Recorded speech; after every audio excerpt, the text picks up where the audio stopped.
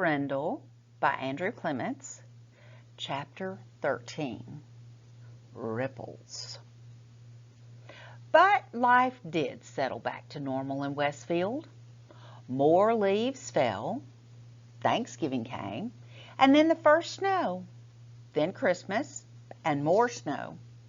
Fall and winter seemed to calm everything down and drive everyone into their own houses. Things were calmer at Lincoln Elementary School, too.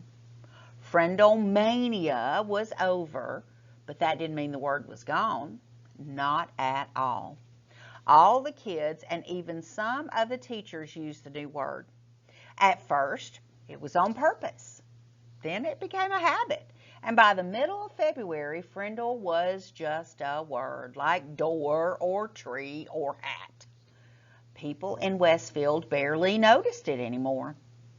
But in the rest of the country, things were hopping. Frindle was on the move. In hundreds of little towns and big cities from coast to coast, kids were using the new word, and parents and teachers were trying to stop it. What had happened in Westfield happened over and over and over again. Bud Lawrence couldn't have been happier. There were Frindle shirts and sunglasses and erasers and notebooks and paper and dozens of other items. The new line of Frindles imported from Japan were a big hit, and now there was talk of selling them in Japan and Europe as well. The checks that went into Nick's trust fund got bigger and bigger. Bud opened his own factory in Westfield to make Frindle baseball caps, which created jobs for 22 people. And in March, the town council voted to put up a little sign on the post below the town's name along Route 302. It said, "Home of the original Frindle." And Mrs. Granger? She seemed to have given up, or perhaps she had been ordered to.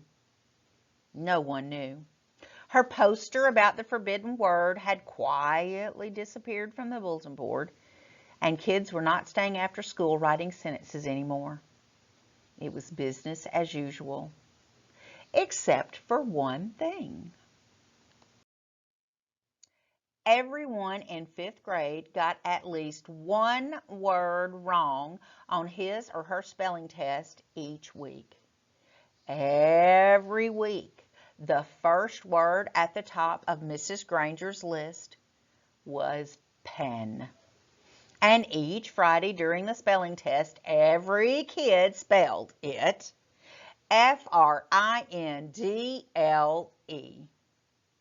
Nick was sort of a celebrity for a while.